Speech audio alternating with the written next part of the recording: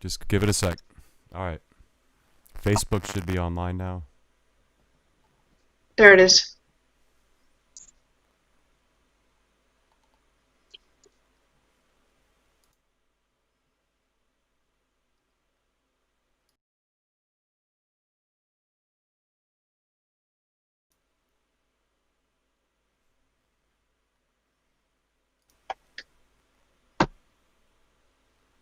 Okay.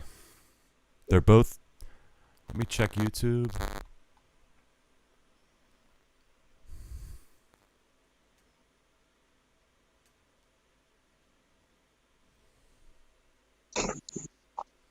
Okay, YouTube is live, guys.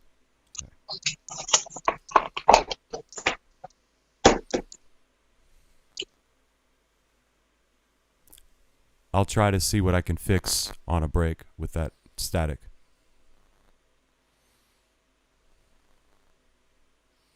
Okay, we're live on both. It says captions are on for Facebook. I turned them off. Are you Okay. still seeing them? It just gave a quick little notification, that's all. All right, so we got 11 people watching on Facebook and 2 on YouTube. Are we ready to go to our first intro slide, guys? Yes? You're in control. All right, if you're ready.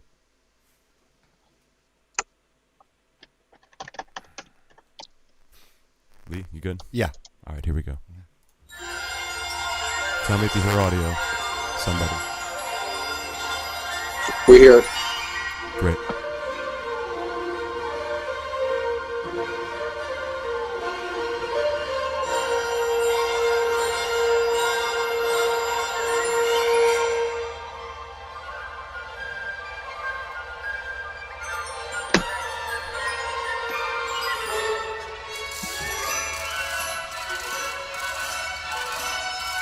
Getting close.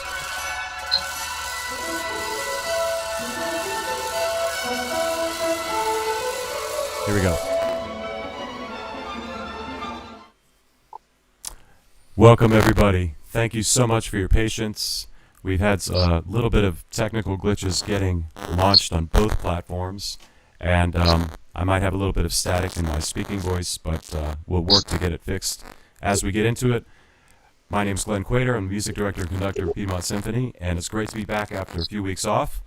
And I'm joined tonight in the studio by my great friend and our concertmaster, Lee Brewster. Lee, how you doing tonight, buddy? Good. How are you? Doing excellent. I'm going to go ahead and turn it over to our president of our board, Ernie Huter, and our executive director, Kate Garrettson. So welcome to you all, and Ernie, take it from here, please. Oh, okay. Thanks, Glenn. I know this has been a labor of love tonight to try and get this thing to work out, and I know it's going to work just fine. I'm really looking forward to the concert this evening and having our concertmaster Lee do some demonstrations and listen to some Vivaldi and Corelli. I mean, this is going to be a very fascinating, educational, and fun evening. And we have 2 of our violinists who are great characters as well, Jason Labrador and Matthew. And so I'm looking forward to that. I hope you all are well at home.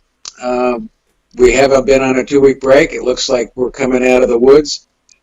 So I hope you're all getting out and having a good time and managing as best you can. And I hope we can bring you some enjoyment and fun and education tonight.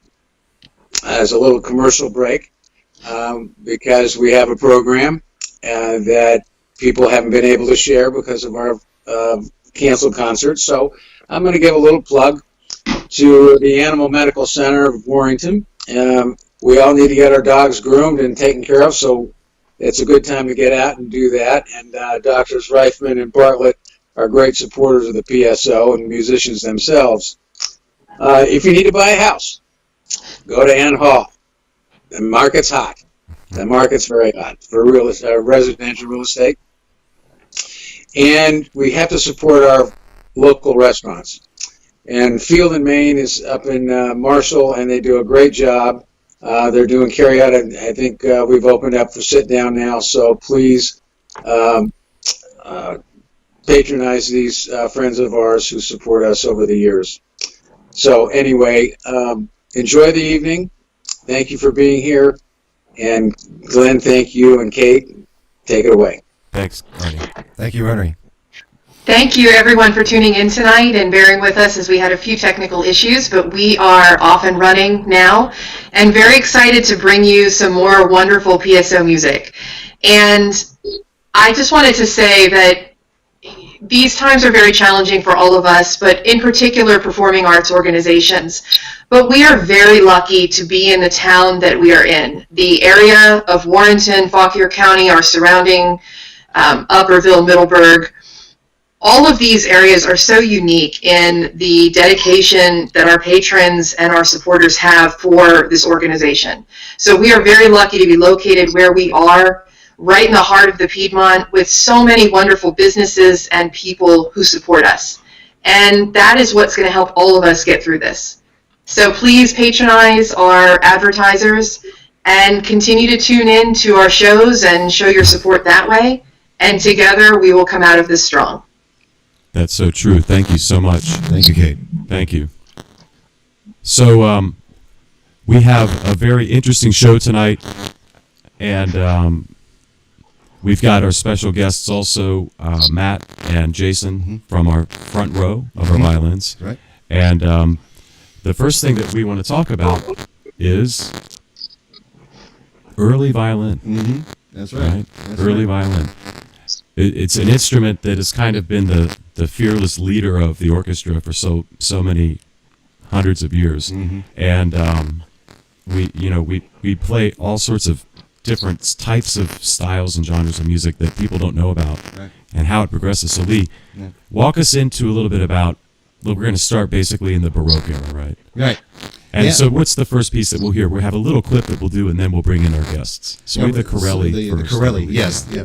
Corelli was a fantastic violinist himself, and he lived in the 17th century, and he wrote some really beautiful music. One of the most famous pieces that he wrote was the Christmas Concerto, Right. and that's for two solo violins, solo cello, and strings, and it's interesting, the Baroque style. They had, well, first of all, they had their own Baroque bow, and I'll be able to demonstrate on that. It is pretty much the opposite in shape of the modern violin bow. The curve is upward, not downward. And so that it really actually had a different pull to it when you pulled it across the strings. Right. And so it was very easy to make a very staccato sound.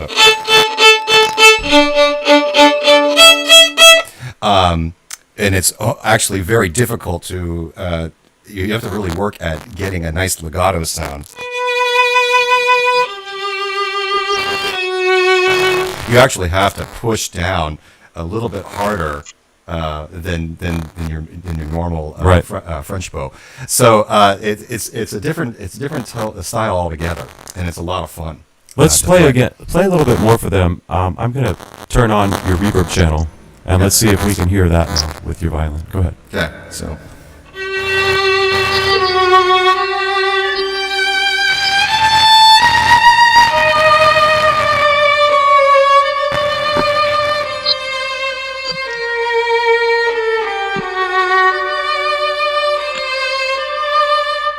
It's the beginning of the Christmas Concerto, and it's actually the very lyrical part of the first part, and then it goes into the faster section,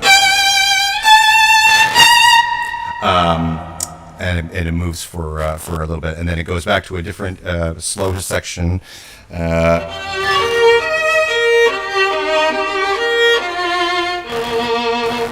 And then all of a sudden in the middle of the slow section,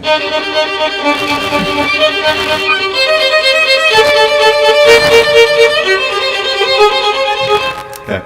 And so it kind of takes you on this big ride of highs and lows. So it's really beautiful, beautiful contrast. Great. Well, why don't we move into that first It's actually we have the third movement of the Corelli that we performed at our holiday concert. We have yes. that queued up on our track, and we'll move into that. And when we come back, we'll be joined by Jason Labrador and Matthew Gattuso, our associate concertmaster and our principal second violinist. Ernie and Kate, would you like to add anything before we go to our first very short little piece? No, I think that you need to tell the story of Lee's violin sometime during the evening.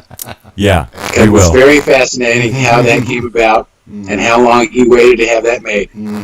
Yep. Absolutely, we will. So break a leg, I everybody. agree. Wonderful story. And when was this concert was from? Back in 2018? 2017. 17? Yeah, The Corelli? December 17th, 2017. Okay. Yeah. Great. Fantastic. All right, folks, with that, we'll move into this movement of Corelli featuring the Piedmont Symphony Orchestra.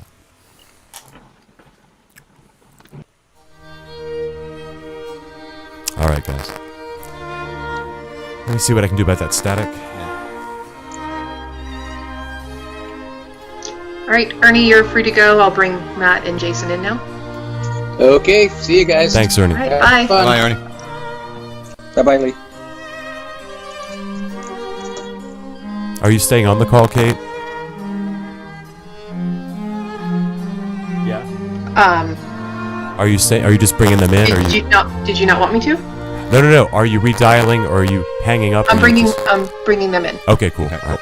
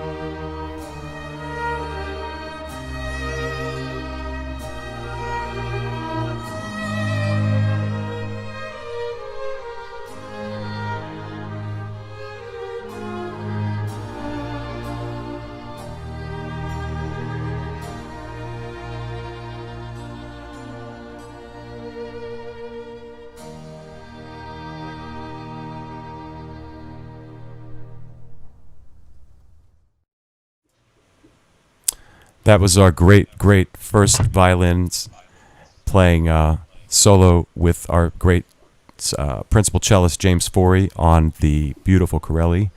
So welcome, gentlemen, Jason and Matt. How are you all doing, guys? Doing well. Yeah? Doing great, thanks. What have you been up to? Thanks for having us on. Absolutely. What have you been up to? Go ahead, Matthew. Well, it's been a lot of online teaching, and we're still trying to figure out, moving on into the rest of the summer, what the plan will be to transition back into normal lessons. Right.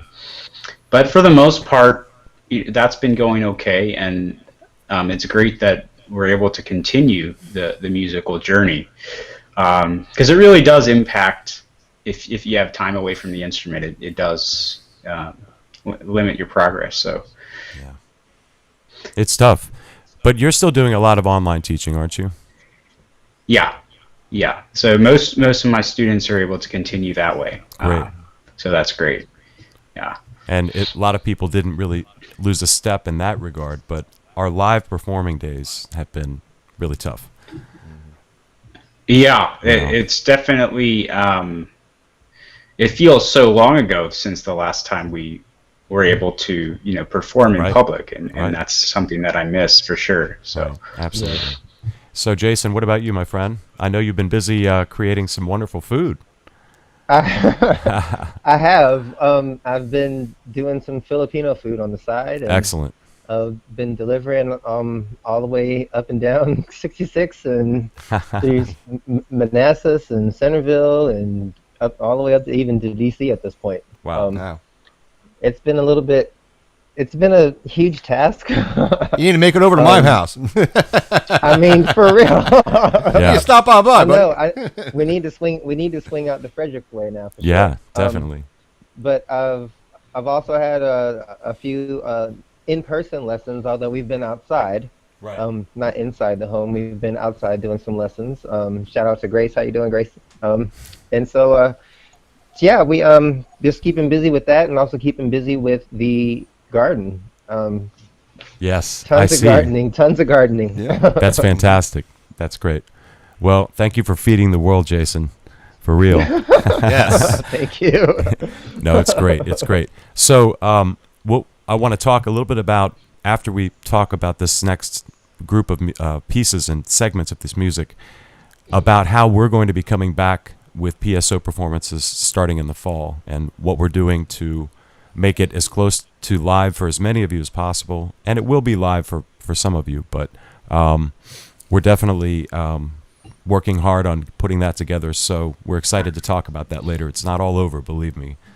So with that, we'll come back to that subject. But so Lee, Jason, and Matt, we've been doing, we've done a couple of these pieces more than once, and it's always great to come into this style period of the early Baroque string way of playing, right? And it's so different than most of the other rep that we play in performances. So I'm going to kind of turn it over to Lee to lead a little bit through, when you all talk, what are the things that you discuss as the soloist, obviously stylistically, and then you convey that to the orchestra and how to perform it, right? It's so different than before. So Lee, go ahead and take it away. Yeah, when we started with working on the Vivaldi, one of the very first things that we had to do was to discuss the lengths of the notes and how the type of articulation that we wanted. Right. I was actually using my my Baroque bow, or my hybrid Baroque bow at the time, and so I got I'd play a little bit, and then Matt and Jason would match what I'm doing. Right. And so that's where I think that's where it started, and then ideas went back and forth, on dynamics, like should we put this dynamic in, because in the music, in the actual part, very, very little dynamics were written in. Right. And so we actually had to put in little crescendos, little diminuendos, that kind of thing, maybe a couple of lifts here and there. Yeah. So we'd lift the bow, and so we wanted a little bit of a pause. And so there was a lot of dialogue with Jason and Matt on that. Yeah. So Yeah. yeah. So Matt, Jason, what does your memory serve on the experience? Go ahead. Okay, so I'm glad you brought up articulation, just because one of the things, obviously, is we want to start and stop our notes at the same time. But a big part of getting the Baroque sound has to do with how we use our bow speed. And that's something that isn't really used in the same way in other genres. And so that's something we wanted to make sure that the orchestra was matching during all of the 2D sections, was the ability to get that open, airy sound, which really creates the resonance that is something different than in romantic music. so I always enjoy getting to explore that sort of a different sound palette in that sense. Yeah.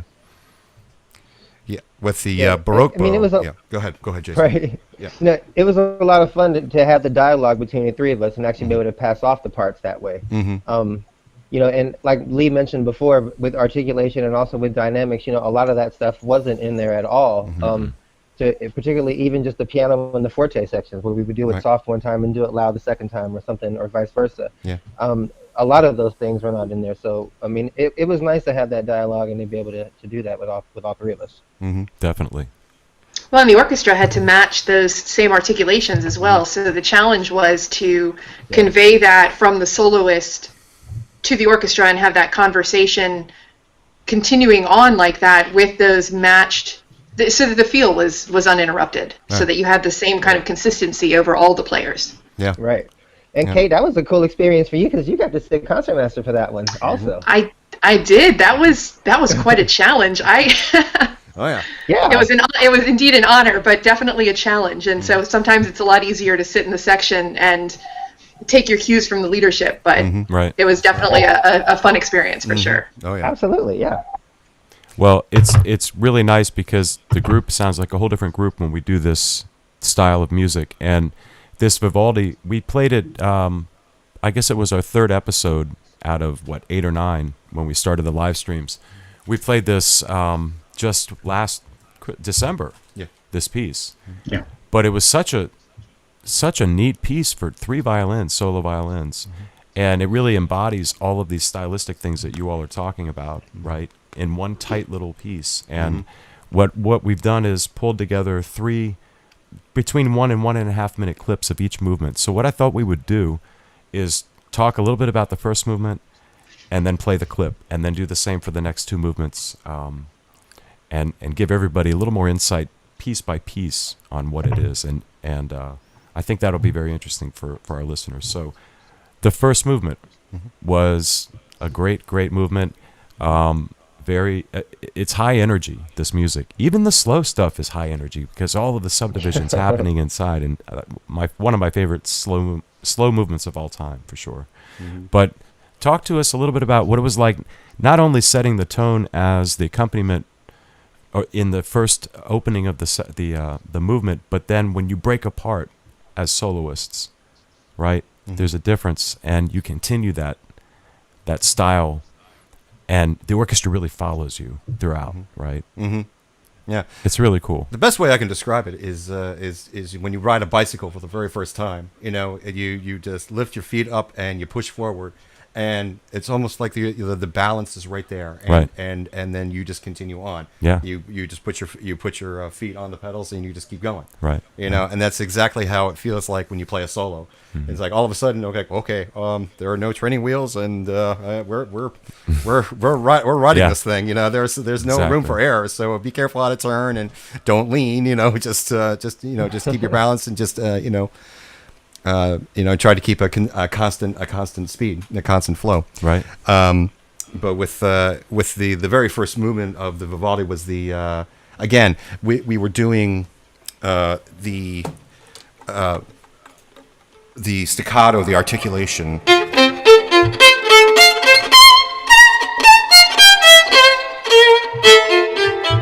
All of that is very, very easy to do on a Baroque bow.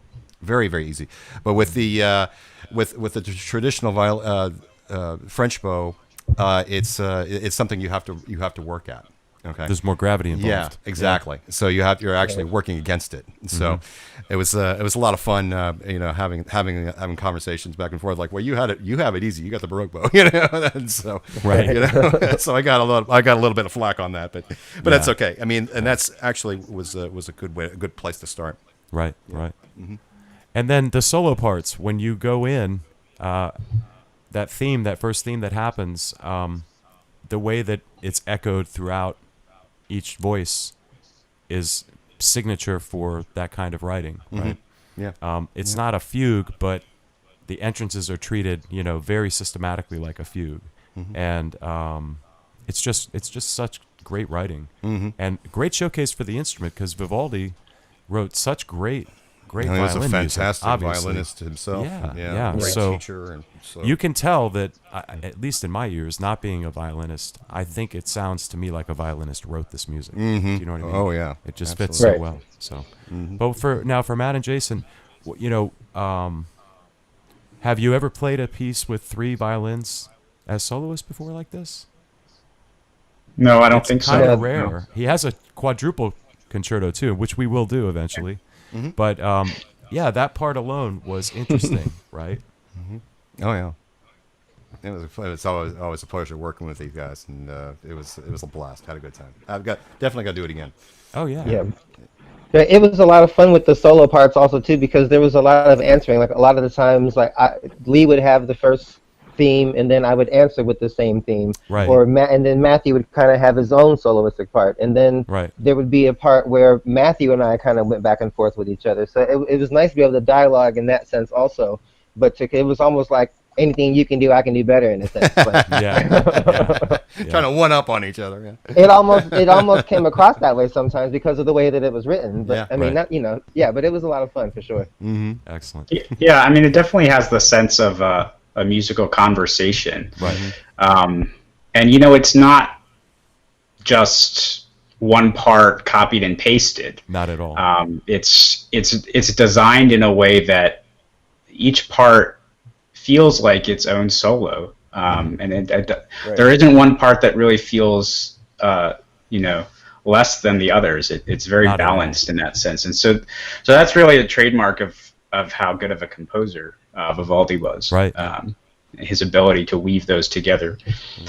Yeah. Yeah, definitely. Well, guys, let's listen to a short clip of this first movement. Again, it's not the full piece, not the full movement, but to kind of summarize just the elements we talked about. We'll listen to that. We'll come back. We're going to go to this gem of a second movement and talk about that. So here's the opening of the Vivaldi Triple Violin Concerto first movement, featuring our 3 guests here tonight. Here we go.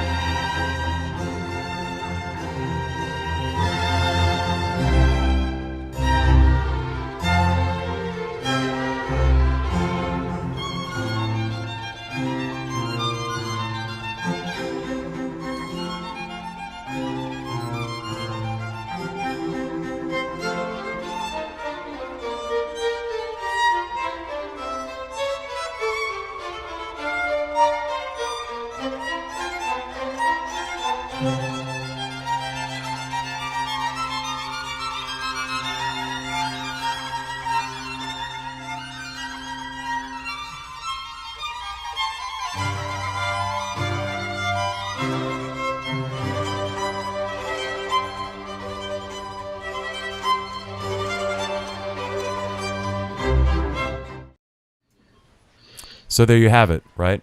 Yeah. Very nice opening. The soloists sound great. One thing that I wanted to talk about that I knew we would eventually get to is the way that dynamics were treated back in that era, right? Mm-hmm. There weren't, as Lee said, there's not a lot of dynamic markings in the music Right. anyway. Yeah. But the dynamics typically happen very suddenly from loud to soft. There's not a lot of in between, and there's certainly not a lot of scaling, at least back in that era of music. What's that like for you all as soloists, right? Very challenging, actually, because a lot of this was really open to interpretation. Right. And there are some areas where he obviously wanted it forte, and some areas wanted piano.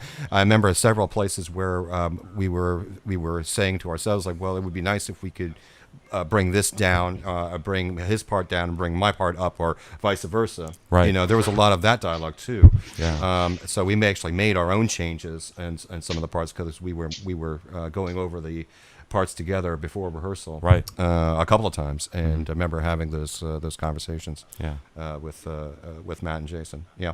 And it's one of those things where, as an ensemble, you all have to either do it or don't even mess with it. Right. If there's only most people committing to those abrupt and sudden changes, that's the only way it can be effective is if everybody does it. Yeah. You have to really work on the control Right. aspect of that as an ensemble. Mhm. But so now, this second movement, Matt, you have the storyline here. It's such an amazing solo, right?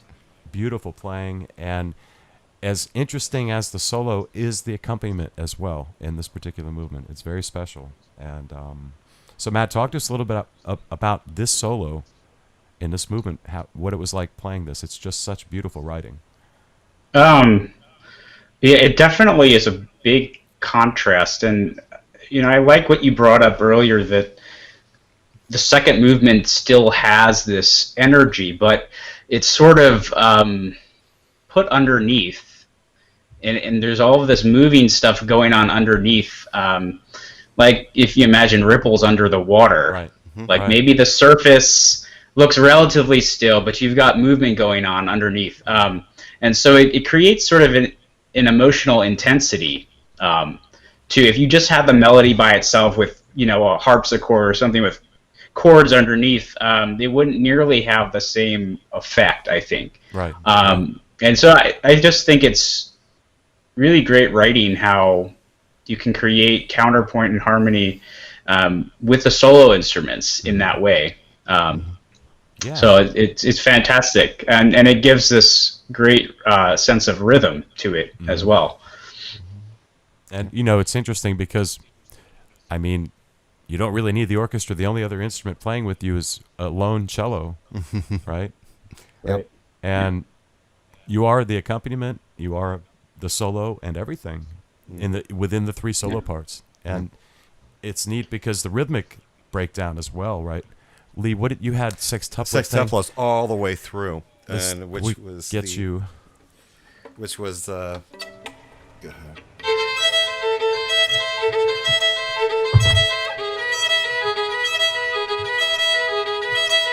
And to fit all those into Jason's 16th note pizzicatos, right? And with Matt's lyrical line. Yeah. And so all of that, we had to really listen to each other very, very carefully. So it was 16ths, or I guess 32nd notes. Was it a slow metric writing? I can't remember if it was halftime writing. Yeah. But so it's there was a lot two, happening though. going. Yeah. A lot there was a lot of moving parts there. Yeah. Even in just the four of us. So right. Yeah.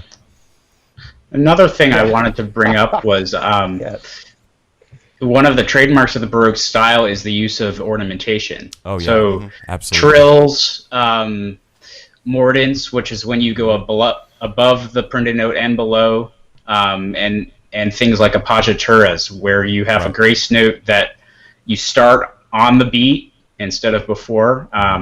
But all of that stuff, not all of it's written in. And so there's sort of an expected performance practice where if you have a repeated section, you'll do something to embellish it. And so it was fun to play around with that aspect. And certainly, I got ideas from other soloists, but it's something that you decide what feels natural to you. And that's something that I was able to explore. So that was great. Great. And Jason, you had a cool part too in that movement, the slow movement. I feel like my part was the teardrops. Yes, yes. That's right. Yeah. This entire second movement for me gives me this whole like weeping emotion type feeling. It's very, and almost, I mean, to anybody that plays video games out there, I could almost hear like this in a Castlevania type game. Shout out to Nintendo guys. But it really kind of it lends itself to that, and I just felt like every one of those plucking notes that I had, because I pizzicato the whole time throughout this entire movement. Wow. So I really did my hand push-ups during this. Yeah. But to pizzicato through all of that, and also, for Lee and myself, to be able to be very sensitive to what Matthew wanted to do this first time and the second time when he did want to do some of his embellishments, so that we could follow him. Right. Along with our cellist as well. So it was a very fun experience to do that with him, but also a very difficult listening experience to make sure that all of that lined up together. Yeah. And it fits together so perfectly as a musical puzzle, the way that the parts just lock. It's so neat. Well, when you play with people who listen, it makes it pretty easy. Right. Makes it a little easier, yeah. Definitely. Both of these guys, they listen very well, and you can tell, and that made the rehearsal process, easy for us, right. From that aspect. Right. Well, it's all that unspoken communication that happens during music, Yes. whether it's soloists or the entire orchestra. That's where all the magic really happens. Right. Definitely. Well, let's take a listen to it. This magic. What do you say? Right. This is a great demonstration of great genius in string writing, and with our three fantastic soloists. So this is, again, the opening segment of the second movement of this Vivaldi triple violin concerto.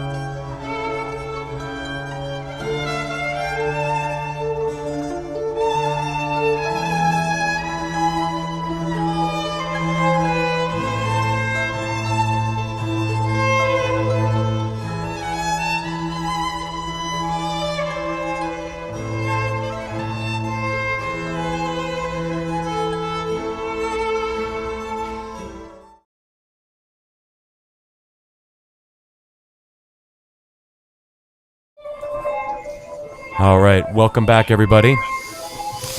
So you hear the beautiful sound of Matthew Gattuso on that incredible solo, and the very, very interesting accompaniment that Vivaldi provides us for the backdrop of that solo. Great job, guys. That's so pretty. I love that. Love that movement. Thank you. So now, the third movement. Let's talk about that one. We're kind of back up tempo again, right? And tell us a little bit about how you approached this one. Pretty much the same way as we approached the first movement. There are a lot of similarities. Right. The articulation's very similar. There were more areas, in my recollection, where we needed to put in which changed dynamics, because sometimes I think there were a couple, like one or two, that just did not seem to make a lot of sense, Right. For an ensemble. So we changed like I think it was my line. It was like I would be a mezzo forte, and we brought Jason forte, and Matt piano, and we kind of twisted it around just a little bit to make more sense of what was actually happening. Who Right. had more of the important line? Okay, and so. Yeah, and of course, the ending of it, we wanted to lift it the same way. We wanted to end the same way. Lift the bow, lift the music, the last note, and place the last note the same way we ended in the first movement. Okay. So yeah, Got it. What about you guys? I mean, I really enjoyed the dialogue at the end. I remember we had to do a lot of figuring out, particularly on that last page. Yeah. In regards to where the melody was and what we could bring out, because I mean, although I think towards the end I had more of a lyrical line, I mean the accompaniment that the two of you had in thirds for the most part was also interesting to listen to. Sure. Especially because of the way that it moved, down the keys. So, but to bring all of those things out, I mean, it was a lot of fun to pull out that dialogue from all of us also. Yeah. And Rhythmically,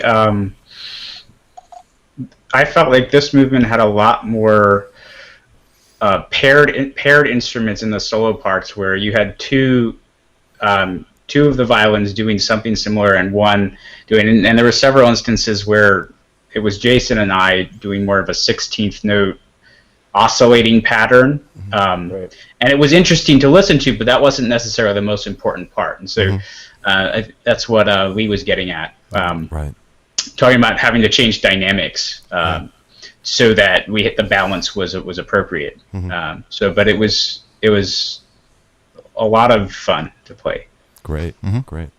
And again, a nice showcase piece for violins, just in general. And that's what tonight's all about, is the violin. So, well, listen, let's move into that last movement. And when we finish that, we're going to come back one more time and talk with you all a little bit more about the Corelli and finish this segment up. So with that, folks, we are moving to our clip of the finale of the Vivaldi Triple Violin Concerto, featuring our three soloists here.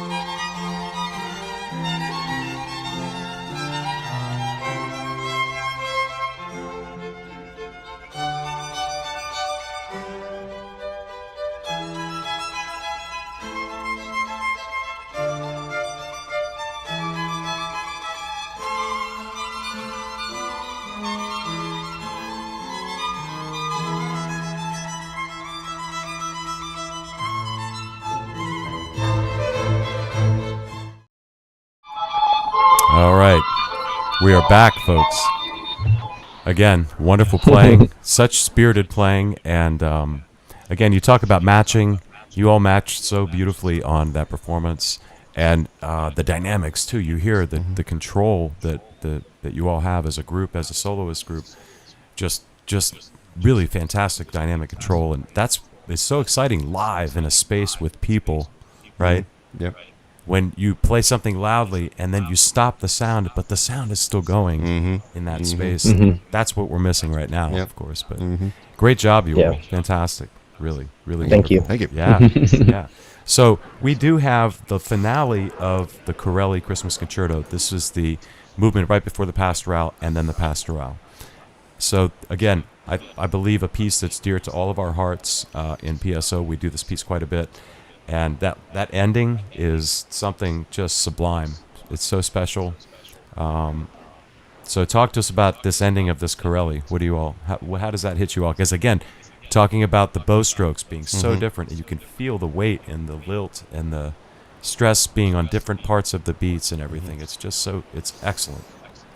This part, the last section of this concerto actually was probably the most difficult because of all of the different phrases that he puts in, Right. and there's a little. It's deeper in structure in this last moment, which does not seem to fit with the other movements, which I find very interesting. Right.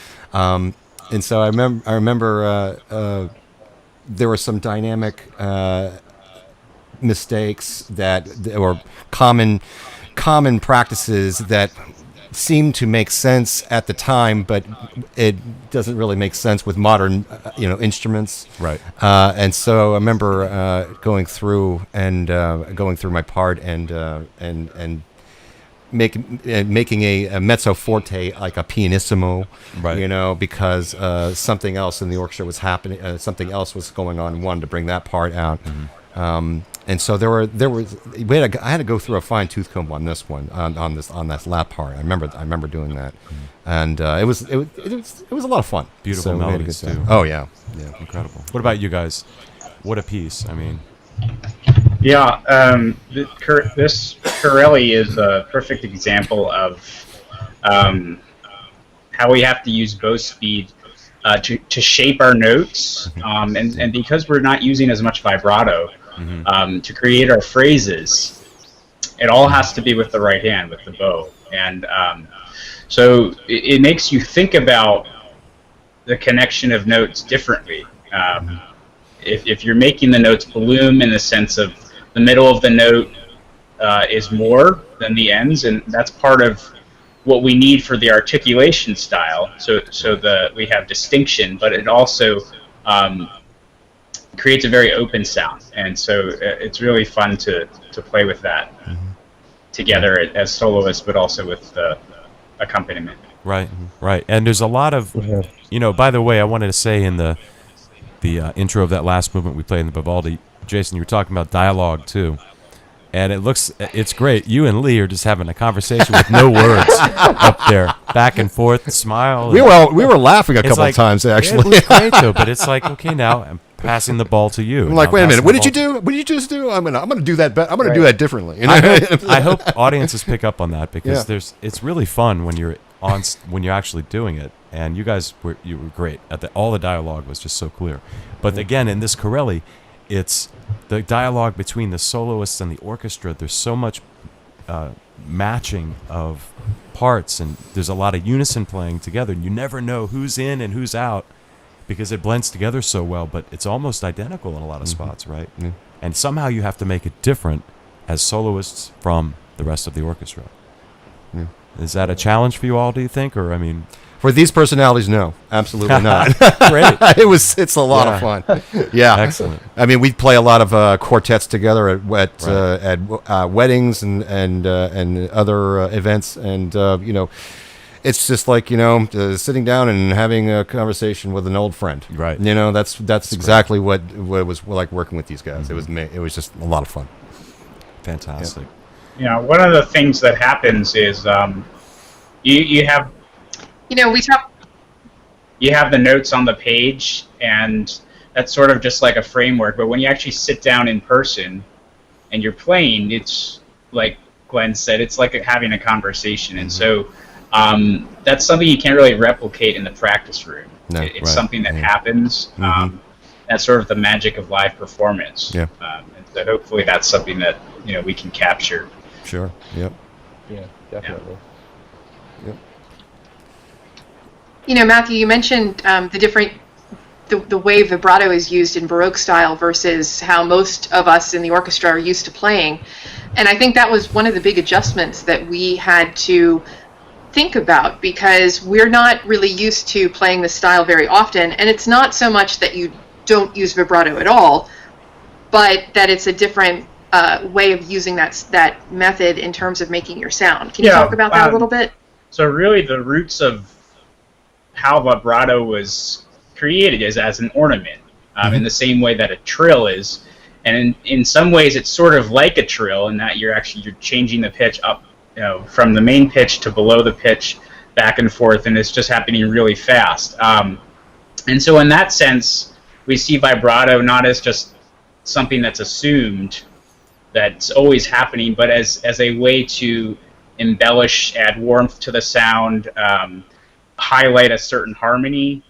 So it gives a different perspective in terms of how we think of the framework of the music in a more of a harmonic sense. So Yeah, definitely. Yeah, there's the Baroque vibrato, which is more of a wrist and finger vibrato, and then as you get into later music, Beethoven, Brahms, Tchaikovsky, it's more of an arm vibrato, wrist and arm together. It's a little bit more intense, Right. And we use that for color and shaping phrases.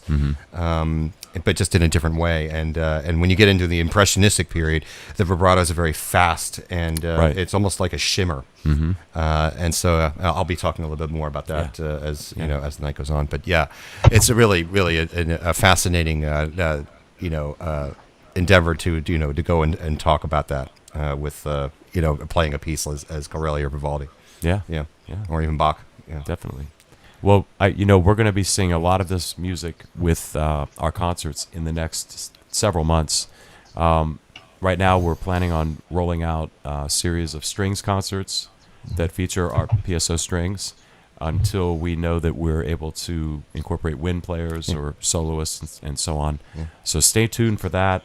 The plan is to, whenever we are able to get back into our venue, to do smaller capacity concerts and also live stream the performances in real time from the concert venue to patrons that are not able to join us live in person. So we'll be rolling that out within the next month. So please stay tuned for all of that.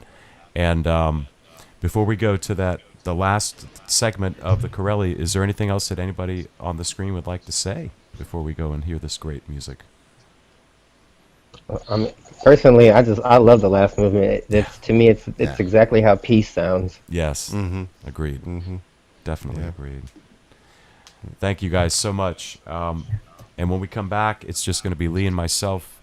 And actually, I'm just going to be a spectator with the controls, watching Lee talk a lot about the violin, some of the greatest repertoire that was ever written for the instrument.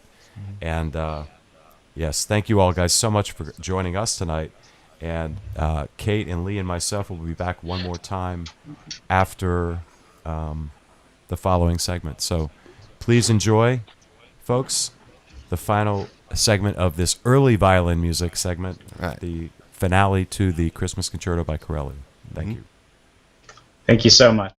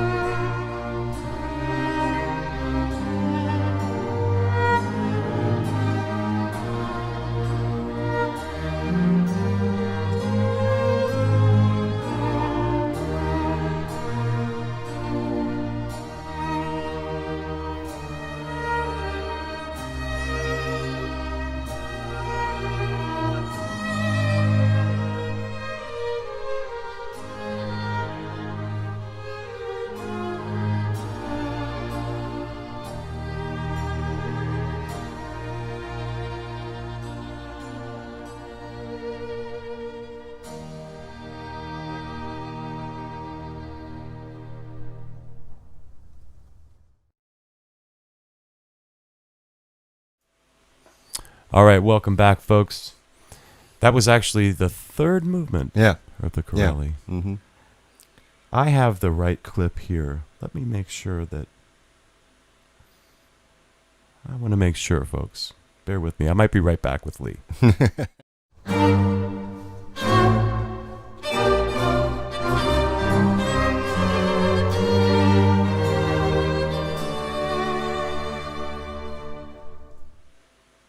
And there was the intro. Okay. So we're going to move into our next little segment here of Lee. Okay. So Lee, we've known each other since high school. Yeah. And a long time. we played a lot of music together growing up, and in various different ensembles in high school, outside of high school, with your father. Yeah. And I always tell people I was a saxophone player trapped in a violin, or a violinist trapped in a saxophone player's body my whole life. If there was an instrument that I would be, if I could start over and just start with one instrument, it would be violin. It was actually my first instrument, technically, but I don't know. Somehow I gravitated towards a couple of black sheep instruments. So anyway, great to have you here to do this solo section. We worked a lot on trying to get the audio straight for tonight, and my microphones are speaking microphones are giving us trouble, but at least I believe your reverb mic is sounding great. So we were in the earlier part of the origins of solo violin, where you really didn't even need conductors at that point, right? So at some point, we needed to have more organization in the ensembles, right? And leaders emerged. First violin being the leader initially, with the bow, and then this became somehow a baton, and, exactly. Anyway, but so we're kind of in that. We're starting in that period, right? Yeah. So we go from Bach, Handel, Corelli, Vivaldi to Mozart and Haydn, which were the classical period, and that's where the symphony and string quartets were really becoming popular with everyday playing and so forth, entertainment, right? And so over time, the instrument changed and the strings became a little bit more concentrated in metals instead of what was it, sheep's gut or cat gut, whatever they used back then. It became steel, and then it eventually became a synthetic core string that we use now. Completely different from what we something in Mozart's time. I would like to actually entertain the idea that Mozart would absolutely just go bonkers with the strings these days. The kind of sound that they would come that we get out of our instruments. It's a little brighter. Yeah. And I think he would absolutely, love it. Or he would love the idea of the electric violin. Sure. I think he would go bananas over that. Yeah. So, so we go from a classical period to the Romantic period, which were, and during that time, I think I spoke of this earlier. The bow itself changed over in that time period, where I have my replica of a Baroque bow. I'm sorry, everybody can see it. It's shaped down. It's shaped like an arch this way. Yeah. And the pull of it is a lot different than the later bow. It was a lot easier to make staccato sounds. It's a short strokes, but with a legato sound, very smooth sound, you really had to work at it. You have to really, especially with gut strings. Yeah. Oh yeah. It was very laborsome. Yeah. And then around the time of Mozart's time and Beethoven's time, the bow actually started to become more curved inward because we have these longer phrases, and so the bow that is used today, from the French school, is this. Almost the opposite. It's curved inward. Quite the opposite. Yeah. And it's very easy to make a very long sound with very little effort. We could actually sustain a lot easier, And so when we actually play something lyrical.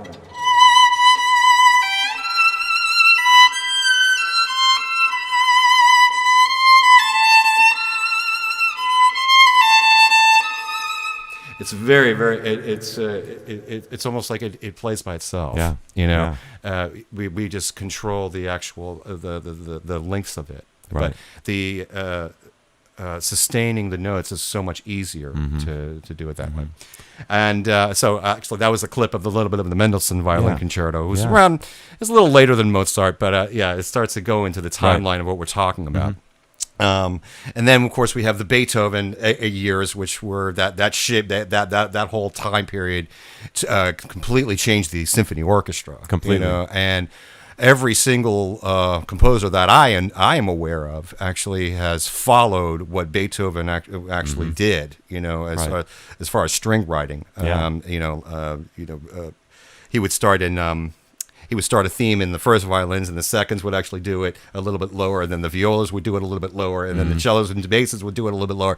Right. Yeah, so many composers did that, and so that was all Beethoven. Yeah. That was all Beethoven. And if you listen to Symphony Number 3, it's jazz. It's jazz all over the place. Right. But then again, it's obvious in that symphony, but also in Bach, and especially in his double violin concerto. Right. And if you listen to that, if you listen carefully, there's just jazzy parts all over the place. The harmony's all there. So.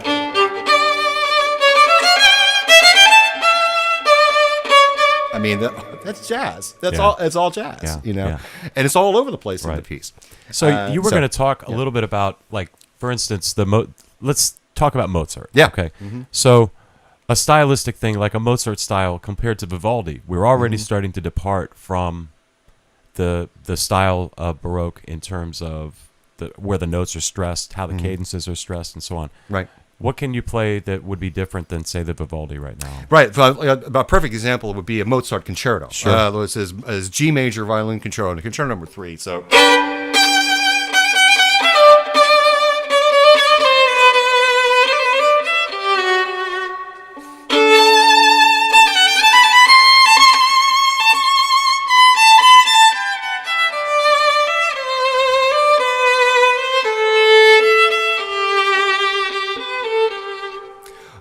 You could tell that the attacks are a little bit more forceful, Yeah. but there's more lifting of the bow and lifting of the phrases. Okay, and he knew exactly what he wanted. He wanted notes to be placed in a certain a time and a different and have the bow speed be a certain measure.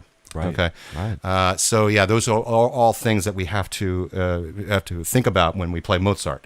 Very, very, very difficult. There's an old saying that where Mozart is easy to play for kids to play, but very, very difficult for adults to play. And there's a lot of truth Right. to that, because we actually have to we really have to think about the innocence that he's trying to capture in these phrases. Yeah. Like especially the second phrase.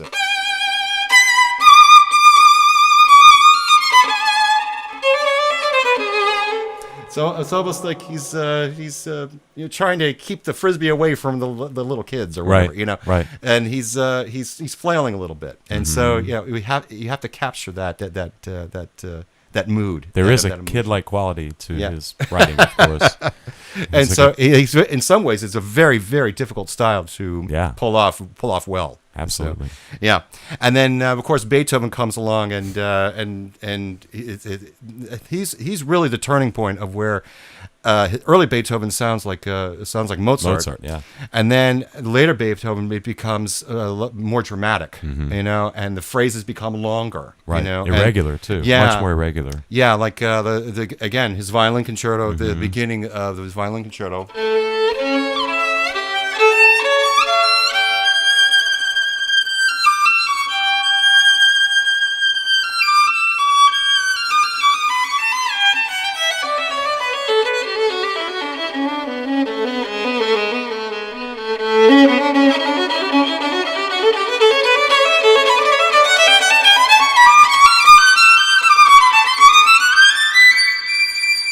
I mean, it's all Very nice. very long phrase. I mean, that's how he starts the piece, Right. And then we have like almost 40 minutes to go with this. It's quite a bit. It's quite a big challenge. Yeah. And Yeah. so I mean, if that wasn't enough for you, you got a lot more to get to hear, and then you have the cadenzas and all this other stuff. Exactly. So yeah, and then you get into, and then of course after Beethoven you have the Brahms and Tchaikovsky, Sibelius, very very big pieces like that, Yes.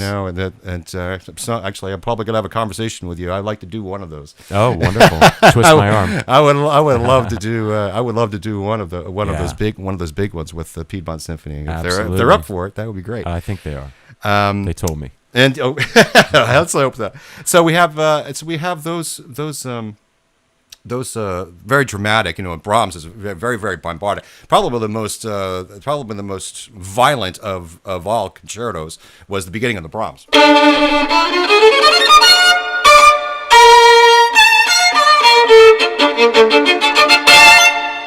It doesn't get any more violent than that. Right. You got to give everything that you have. Yeah, that's it's fantastic. really, really, really strong. And then you move to the Finnish school, Sibelius, which is a completely different beginning. So you have.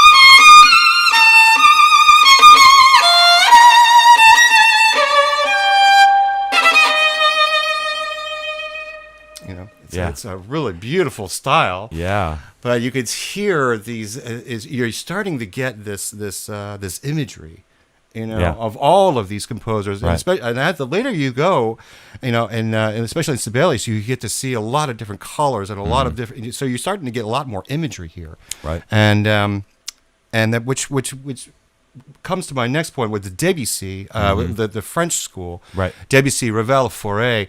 It's all about colors and texture, And we have this.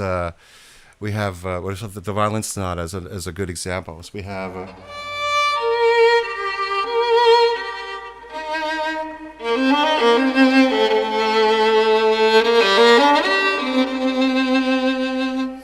There's so many things in that opening statement. It's not supposed to bring out emotion, but you can't help be emotional when you hear something like that. Right. So immediately you think of it's a very, very smoky atmosphere. It's the way it was back in the 1920s France, 1910s. Yeah. And then we get it to the Vaughan Williams era, the English school, and I think it's almost all about imagery. Right. It's all about what the composer wanted to say in music. Especially in Lark Ascending. Great music. Oh, it's one of the most beautiful pieces ever written, I think, and it was inspired by a poem by George Meredith, and a beautiful poem. So this was his musical version of it, and I guess after reading the poem and listening to a recording of it, I started getting an idea of what the lark was doing, and the imagery was more of like early dawn, when the sun was just cresting the horizon, the bird is just waking up, and he's a little bit tired, and he's getting up his wings. And he gets up and flaps a little bit, and then eventually at a point where he just soars. Yeah. It's like if you ever watch eagles fly. It's like they don't fly; they float. Yeah. It's amazing. You could just sit and watch eagles for hours. It's amazing.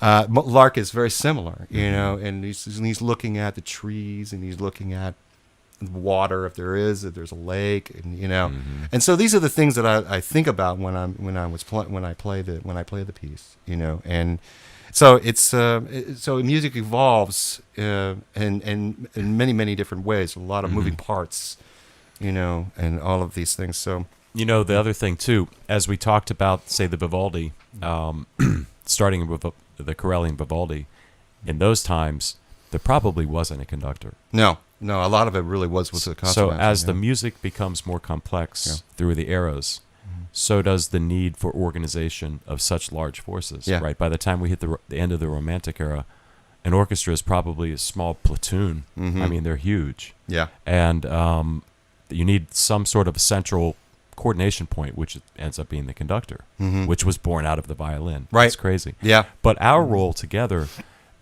especially now, we have interesting duality with how we work together, because not only are you the concertmaster for the orchestra, but when you're a soloist, it's a whole different thing. And then you're going to tell us what you think the strings should be doing as the soloist / concertmaster. So it's a really interesting thing.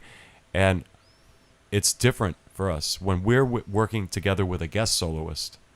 You and I are like, okay, we're locking together and locking with the soloist. When you're the soloist, it's a whole different thing, because now we're gonna follow you. It's really cool. Yeah, oh yeah, oh You know? yeah. Yeah, it was a lot of fun putting this together with Piedmont Symphony with you guys. Yeah, And what a piece! And we yeah. did the piece twice. We did it Yeah. at Shenandoah Valley Music Festival as well. Yeah. Beautiful outdoor performance. Oh, I can't that believe was we pulled it off. Yeah, well, it was beautiful weather too. It was. We were Yeah. really kind of living the piece Yeah. at that setting, because it was the It sun was really going helped with the down. imagery there, because Oh, I it was was like, okay, incredible. there's the lark. He's right up Yeah. there, and I'm just imagining incredible. I'm there, and I was, Yeah. just kind of soaring with it, Play us a little bit. Show us some of the devices that he uses to describe, let's say, the birds. And, Right. Well, at the beginning of this, well, I'll play a little bit at the beginning. I'm a going to little move bit your at the mic end. while you start to play. Oh, Go okay. ahead, whenever Okay. you're ready. Yeah. So the beginning of it again, it's early dawn, and I have to set the stage of really what he feels like and where he's going with this. Right. So it's a lot of imagination. So I'll play a little bit. I'll play a bit at the beginning. So. Okay.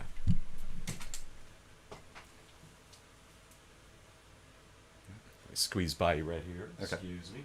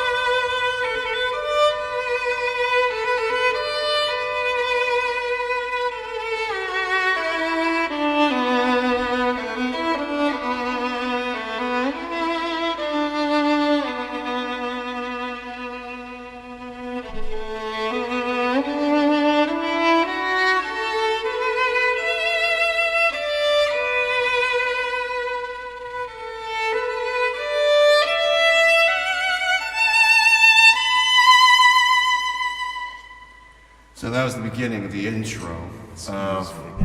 Sorry, that was the beginning of the intro of the piece, and then right where I stopped, that's where the orchestra comes in and joins me with the actual theme. Wow. And then it comes into a little faster section, and it's this is where it becomes a little bit tricky to fit in again these bird calls here.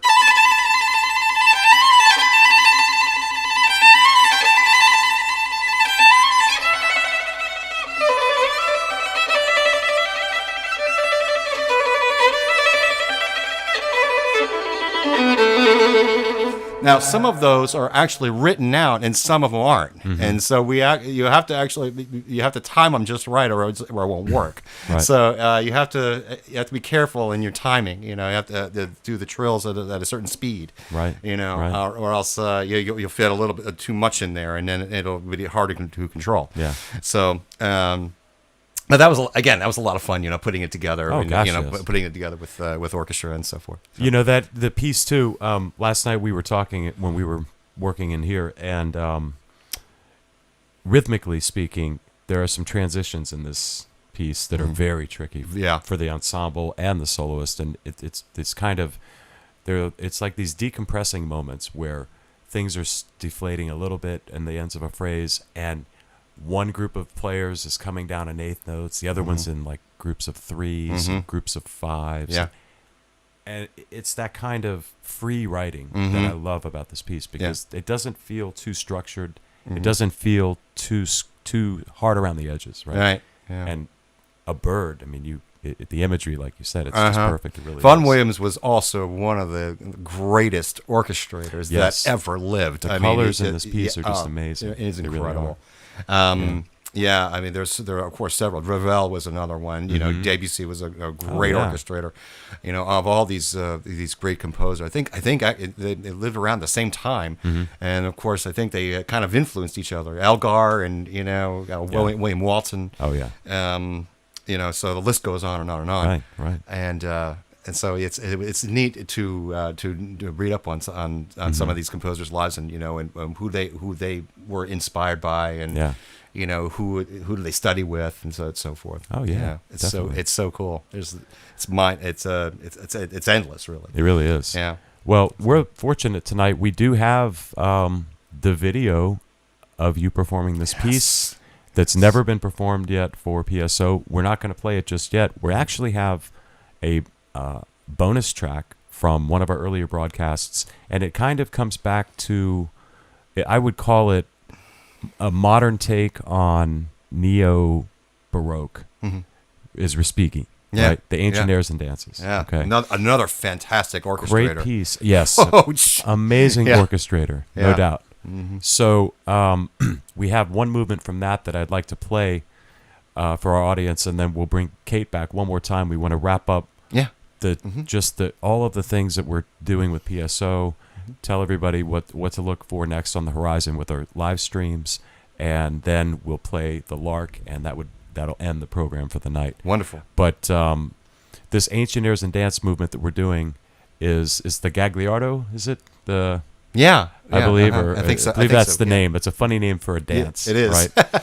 And it really embodies dynamic changes. But the thing that's cool about this one that we don't see that often in the actual Baroque era music is Respighi's request for successive down bows. Successive down bows. Yeah. Right? Exactly. It's not as common. Nope. Back then, again, Nope, it's an not at effect, all. and it gives a modern He wanted feel to have to this that. feel of the strumming of the guitar, Of the or the guitar. lute, or the Yes. lute or something. So that was the idea. I believe it's a lute dance, Yeah. actually, this piece. So Respighi, being the great orchestrator that he is, he realized that, and it worked out great. Of course. Yeah. But so with that, let's go ahead and move into this Ancient Airs and Dances dance movement. All right. Great. Great fun from a few years ago. I believe it might have been on the same concert as the Lark, if I'm correct.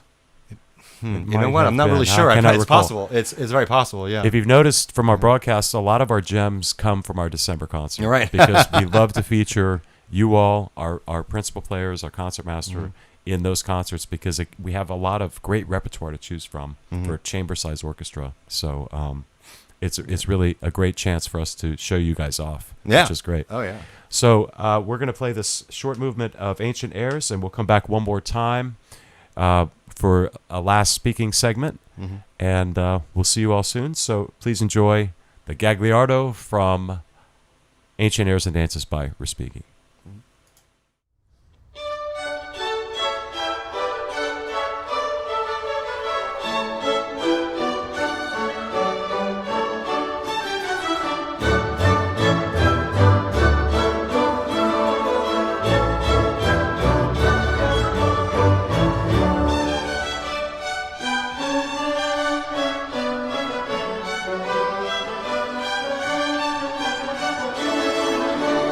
Thank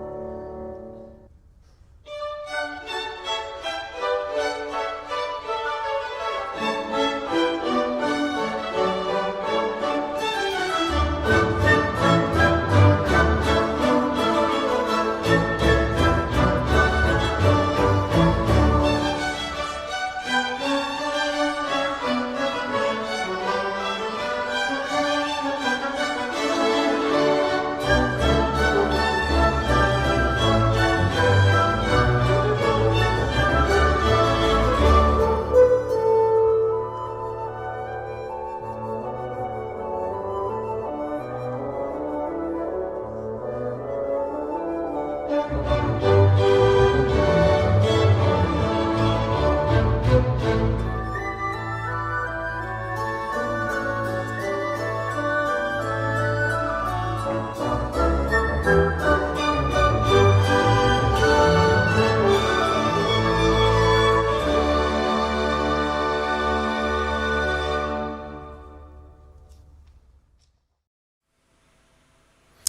right, welcome back. That was the spirited Gagliardo movement of the Ancient Airs and Dances of Respighi. Welcome back, Kate. How are you? I'm wonderful. That was an amazing segment. Thank you, Lee, for all of that demo and education. That was really something. That was very Yay! special. Awesome. Thanks. Thanks a lot. This is a lot of fun. Yeah, it was. So we're talking about this lark, right? And for the orchestra, the accompaniment, again, the orchestration, the writing, the colors that he realized with the writing, just fantastic. Kate, for you as a member of the orchestra in a piece like that, what a ride, you know? Yeah, and I'm biased because Vaughan Williams is one of my favorite composers. I'm studying this piece myself as well. So, it's just one of those that speaks to you. I think as a violinist, hearing those bird calls and how it uses the instrument to make those sounds and replicate them, and it sounds so it makes you feel like you're out in a spring meadow or something, and you can feel the warm sun on your face. It's so evocative and visual, that piece. I think that's what draws me in every time to that piece. And it's so easy to make it different every single time. It's so different. It has that ability to play it just a little bit. You could stretch this phrase a little bit more this time, and when you do it again, you can play it differently, and so it's different every single time. Yeah. So yeah, Definitely. yeah. And the orchestration is just gorgeous. I think Vaughan Williams, one of his main strengths, I mean, any piece that we've ever done of his or that I've ever heard has just been off the charts in terms of the subtleties of the orchestration. Oh yeah, definitely. So now going forward for us, we're working hard on putting together our season for next, at least for the first half of the year, into through December, and we've got some big meetings coming up with PSO to hopefully determine how that all moves forward. We know that that we have the ability to live stream our concerts, which is fantastic, thanks to our friend Dinesh, our videographer.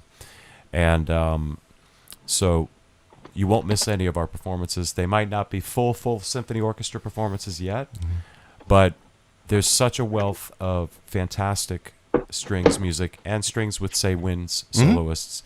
We are hoping to have our principal clarinet player, Alicia Coleman, do either the Mozart clarinet concerto or another piece. She's recommended some other works for us too. Weber concertino. Yeah, we want to start bringing just single wind soloists with our strings, the pieces that we can actually do.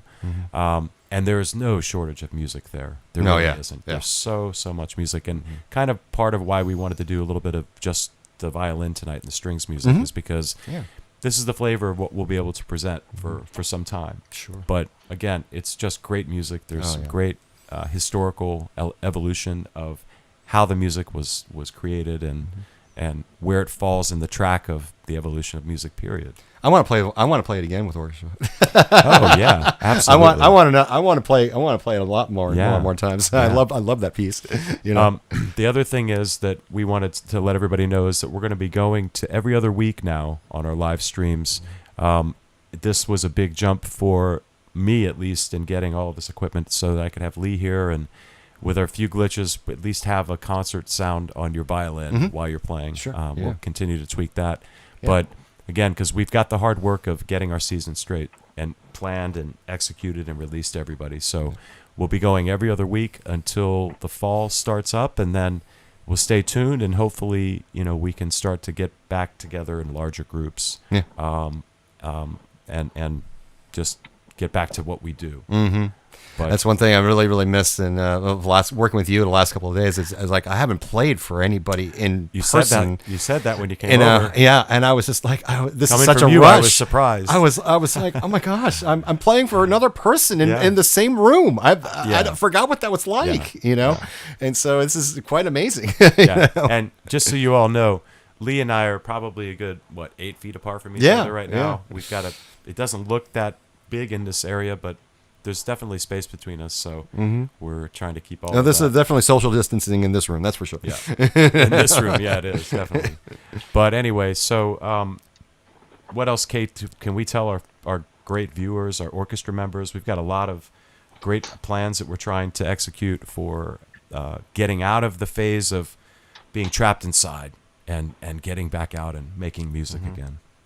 Well, before all this happened, we had been planning our 25th anniversary Yes. season. Yeah. So it was all of our seasons are big. We always try to push the envelope, but this one in particular had so many collaborations, Oh, yeah. so many other, PSO special moments that we had planned to celebrate this momentous occasion. And we've had to adjust, and that's fine. So has everyone else. Yeah. So, what we're doing in terms of pulling that back, we're just going to postpone it. That's fine. Yeah. We will celebrate that achievement when we really can do it right in the real true PSO way. Exactly. But we're also focused on still continuing to bring our music to our audience, whether it's Right. through these live streams, whether it's through a regular concert season that might be a bit smaller than normal. But we're going to do that. And the reason I say that is I'm looking around at all these other orchestras who have announced that they're canceling Oh, yeah. their 2021 season. Yeah. We wouldn't dream of doing that in 100 years. I can't even imagine just throwing up our hands and saying, oh, we're just going to pull the plug. Right. That's not the PSO way. Nope. I mean, less than 2 weeks after quarantine hit, we were on the air, Yeah. Yeah. and we've been maintaining We got that. busy. So, we're going to do the same thing with our season. We're going to figure out a solution. We're going to adjust. We're going to maybe use technology to bring our concerts to our audience Yes. who maybe can't be in the hall with us, but we're still going to be bringing our music to you. Exactly. And that's my number one priority. And I know that all of our players are desperate to get back into the hall for rehearsals and performances, and we're planning that. Yeah. Yeah. Yes, it will And it's happen. going to be very exciting to roll that announcement out. It So, is. Yeah. It is. Yes. Yeah. A lot of, unfortunately, a lot of orchestras, maybe their financial situation doesn't allow them to continue on. Maybe they were counting on X number of performances to finish out the year in the black, and it happens. And so we're hopeful that we are always able to just keep the sound of the PSO out there, no matter what it is, electronically or live or combination of both. Maybe we'll start dropping leaflets. I don't know. Well, speaking of financials, I just wanted to say a huge thank you to our audience because we brought in nearly $10,000 on Give Local Yes. Piedmont, which, I think we had reached 7,500 that night, but then donations kept rolling in. We got a bonus. We had nearly 10 grand Yes. from that day alone. We're bringing in money on our Save the Music fundraiser, Yes. which I will go ahead and post the link again in the comments. So if anyone can donate, it's all going to keeping the music playing. Right. That outpouring of response, the financial response, was something that was very heartwarming because it's very hard to ask for money during a time when people are either unemployed or underemployed and looking at some uncertainty in the future. Right. So to have our patrons support us in this way means so much, and it's really going to help us keep our music coming to you in whatever form we can, safely, but consistently. Right. And I think that's what we all want to see. Yeah, definitely. And we have, a great spirit in PSO. This orchestra is very committed. The And players, resilient. Yeah, the players are. It was never a question. Are we going to keep doing this? Right. Not even close. Not even close. Nope. I mean, of course I feel like I've been in touch with so much of our orchestra over this last 2.5, 3 months. Yeah. maybe more so than we Actually, are normally. I feel closer to people. Yeah. You know, in the last couple of months. Yeah. Actually, it has. It's the opposite for us. Right. I mean, we've all kept in touch, and we actually are seeing different sides of one another. Mm-hmm. You know, it's like, wow, I didn't know you did that. I didn't know you did this. Right. You know, it's so neat. You know. So. Well, just keep it strong, right? Yeah. PSO exactly. strong, right? Right. That's right. Definitely. So anyway, so we're going to be back in 2 weeks, everybody. Yeah. Stay tuned for information about the upcoming season and how we're planning our next group of live streams. We still have a lot of great ideas for episodes, and we've been just trying to put them together. So we have now Lee Brewster performing the Lark Ascending with Piedmont Symphony Orchestra. This was what year? 2017. 17, right? Yeah, in December of 17. Yes, and what a great performance.